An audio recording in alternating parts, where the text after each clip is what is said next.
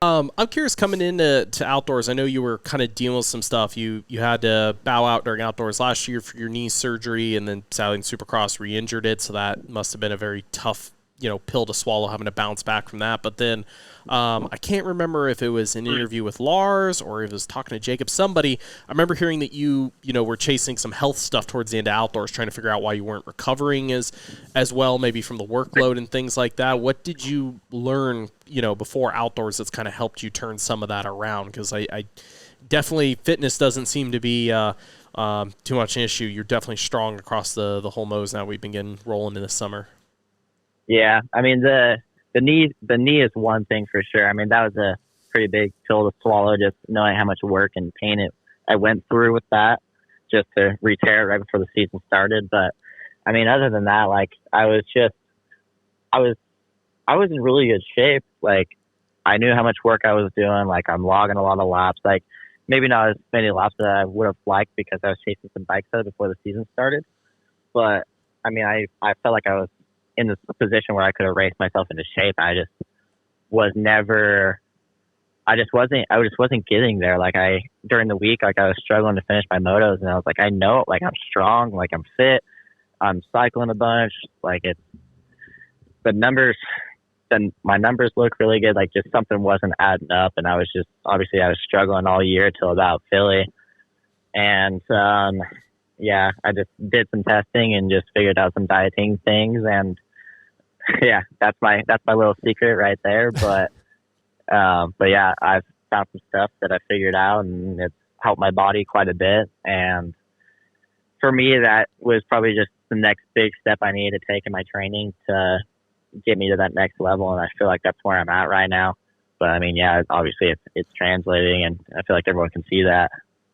If you don't mind me asking, if you don't want to get into it, but I am curious if was any of it oddball food allergies? Because I'm surprised how many riders have told me once they finally have struggled, they've gone and figured out like they're a little lactose intolerant, so they bloat and they have struggled with recovering if they have too much dairy with certain things in their diet, things of that nature. It's kind of interesting what I've heard. I almost want to say Dungy was one of them. I remember hearing at one point in his career did an allergy panel and kind of ran into that. There were certain things he was having that he wasn't like full intolerant to, but enough that at the level you guys are at, yeah, it's something that every day Joe Blow, if they have a small intolerance to something, it's not a big deal, but it actually affects you guys when you're trying to get every 1% out of your body. Yeah, I mean definitely. Like, I mean we put race gas in our bikes for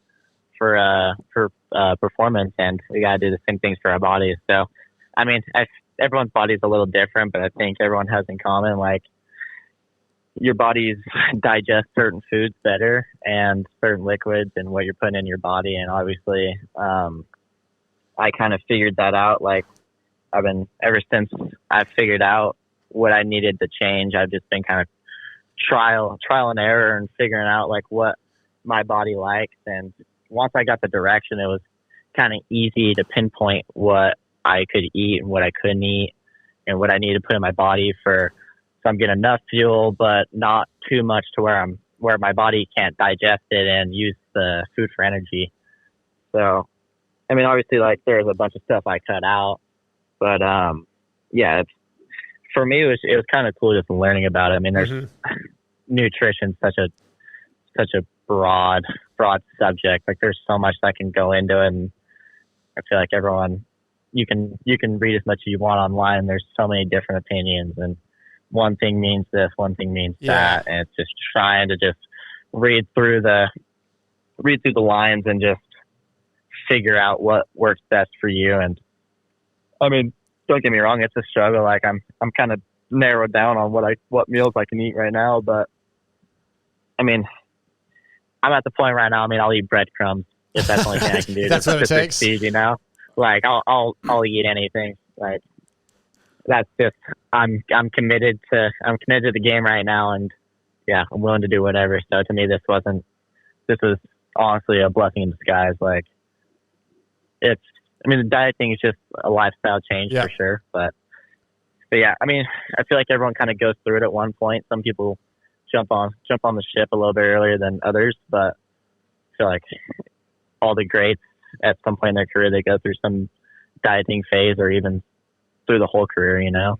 I have one more question for you. It's off the subject of you, but it's something you view, and it kind of ties into everything we just talked about. It's a little bit of opinion. It's people probably not knowing the whole story. It also ties into Honda, the relationship, the Lawrences, the family, everything. So you're at the Lawrence compound. You're there working with them. That team's very tied in. It's very family-like. But then you have Joe out here on the West Coast, your 250 teammate. I have to ask honest opinion, I'm asking you your opinion, and, it's same thing. Opinions may not matter, really, because we don't know what Joe exactly is dealing with. But do you think, in an aspect that with the environment you guys have and the team being all in on the Lawrences, the testing there, everything, do you feel like it would be better if Joe was there? If you had another 250 guy to ride with, if you guys were working off each other, bike setup, the way the environment there is, do you ever question why Joe chooses California over being there? No, I mean, the thing is, everybody operates a little different. Yep. Joe operates. He lives in Cali. He goes to the track. He works. He goes home, and that's all he does. I mean, we kind of do the same thing in Florida, but obviously, me, the Lawrences, Drew Adams, a couple of our buddies, we've all become family, and we spend more time together. And to me, that's what kind of keeps my gears spinning, and to me, it's got to stay fun, or else it's pretty miserable. But sure. Joe's pretty straightforward on what he wants, and don't get me wrong, I think there'd be some benefit for him coming out to Florida for sure. Everyone's a little bit different, and to me, I think Florida's helped me a lot, but I think it's also helped me a lot because of my relationship with Jet Hunter, and they care about me and want to help me. Not that they wouldn't do the same for Joe, but I've kind of jumped ship, and I've pretty much jumped ship to Florida and sacrificed everything to live out there. So yeah, I feel like they kind of see that I've kind of proved to them that I'm willing to do whatever, and obviously I listen to them and whatever, but yeah, I think, don't get me wrong, I think there's benefit for Joe to come out there and even just switch it up a little bit, but I 100% get why he stays in California. He does his work and he gets in and gets out, and some people operate that way, so yeah, I get it. How's it been for you internally dealing with pressure, basically, hearing what people say, what people think, social media, etc., knowing what the expectations are of your team? How's that been for you this year? Honestly, I'm doing great. Oh yeah. I spend little time on social media. Smart man. Couldn't care less about it. When it comes to people and their opinions, obviously when it comes to a fan and they're just they're saying whatever they want, and you just don't understand. You don't understand the level of stress and how much work that us athletes go through, and it's just for fans to be like, oh, this guy sucks and this guy doesn't deserve a ride. It's you guys have no clue what any of us are going through. And I'm sure some of you industry guys see, obviously some of you guys are closer to some athletes than others, but you guys have been around the sport long enough. You know how much work and how much dedication it takes, and sometimes it just takes people longer than others to figure it out. And I'm just one of those people. I got thrown in the deep end, and it's taken me longer to figure out how to swim, but I'm starting to figure it out. Like I said, I've been making changes, and I've just been nonstop working my butt off to figure it out. And confidence wise, I know if I perform, there's an opportunity there, and I like my seat right now, and I want to stay. So it's hard to argue that there's other teams better than HRC. I know Jet Hunter are kind of one in a million people, but it's a good team.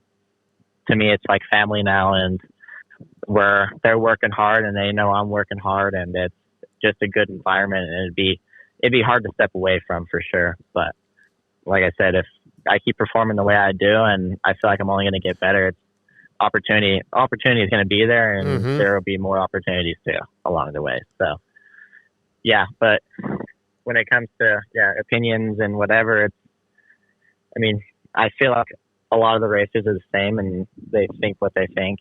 But yeah, I do my own thing, and Yeah, don't worry about it. I don't really care what people. Yeah, I don't really care what people have to say. They can say I suck and I don't deserve my ride, but I mean, I earned it in the first place. I mean, that's what people have said about me my whole career. So yeah, it ain't nothing. It ain't nothing new.